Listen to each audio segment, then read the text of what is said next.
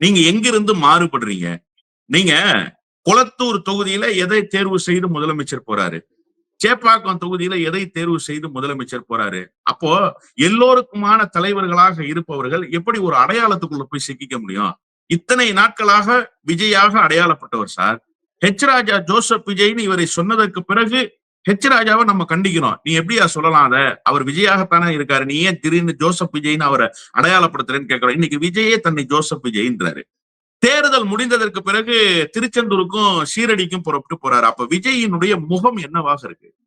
விஜயினுடைய தேர்வு என்னவாக இருக்கு அப்படிங்கிற ஒரு கேள்வி இருக்கு இல்லையா? இதுதான் இந்த திருச்சி கிழக்குக்கு பின்னால் இருக்கிற அரசியல். விஜய் எக்குத்தப்பாக வந்து அந்த திருச்சி கிழக்கு தொகுதிக்குள் மாட்டிக்கொண்டார் என்றுதான் நான் பார்க்கிறேன். விஜய் மிகப்பெரிய பின்னடைவை திருச்சி கிழக்கு தொகுதியில சந்திக்க போறார். பெரம்பூர் தொகுதியை பொறுத்தவரையும் நீங்க சொன்ன விளிம்புநிலை மக்கள் பகுதியா இருந்தாலும் சென்னையிலேயே அதிக சர்ச் இருக்கிற பகுதி பெரம்பூர். விஜய்க்கு ரசிகர் மன்றங்களின் எண்ணிக்கை அதையெல்லாம் பிளான் பண்ணி தான் அவங்க அந்த இடத்த நின்னாங்கன்னு சொன்னாங்க.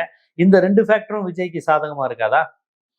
சார், பெரம்பூர் தொகுதி திமுகவினுடைய கோட்டை சார். நான் ஒரே ஒரு உதாரணத்தை சொல்றேன். 2006ல மதிமுகல நாங்கெல்லாம் பணியாற்றிய நேரத்துல அந்த தொகுதியா நம்மையார் மதிமுகவுக்கு ஒதுக்குனாங்க. இன்னைக்கு மாநகராட்சியினுடைய உறுப்பினராக இருக்கிற அந்த வேளச்சேரி மணிமாறன் அங்க கேண்டிடேட். ஒரு 3-4 நாட்கள் அங்க தேர்தல் பணியாற்றக்கூடிய வாய்ப்பு.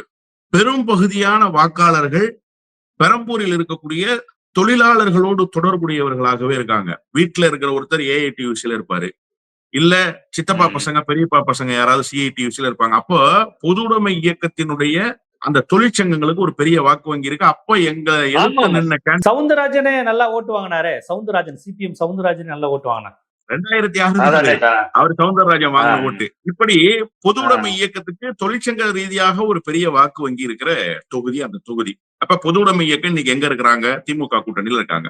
நீங்க கடந்த முறை ஆர்டி சேகர், இப்ப போட்டியிடுகிற ஆர்டி சேகர் கடந்த முறை சட்டமன்றத்துக்கு தேர்வு செய்யப்படுகிற போது அவர் பெற்ற வாக்குகளினுடைய எண்ணிக்கை வந்து 45,000க்கு கூடுதலான வாக்குகளை அவர் பெற்றார். அவருடைய வாக்கு சதவீத வித்தியாசமே சொல்றேன். எதிர்த்து போட்டியிட்டவரோட 45,000 வாக்குகள் கூடுதலாக பெற்று வெற்றி பெற்றார். நீங்க அதிமுக ஒரே ஒரு முறை தான் அங்க வெற்றி பெற்றது. ரொம்ப சொற்பமான வாக்குல மறைந்த அண்ணன் வெற்றிவேலு 400 சொச்சம் வாக்குல தான் வெற்றி பெற்றார். அது மட்டும்தான் அதிமுக பெற்ற வெற்றி பெரம்பூர் பகுதிக்குள்ள. அப்ப பெரம்பூர்ல திமுகவுக்கு ஒரு பெரிய ஸ்ட்ராங் ஹோல்டு இருக்கு. நீங்க பெரம்பூர் தொகுதி மக்கள் யார விரும்புவாங்க? நீங்க இயல்பாக ஆர்டி சேகரை போய் பார்க்க முடியும், விஜயை போய் பார்க்க முடியுமா?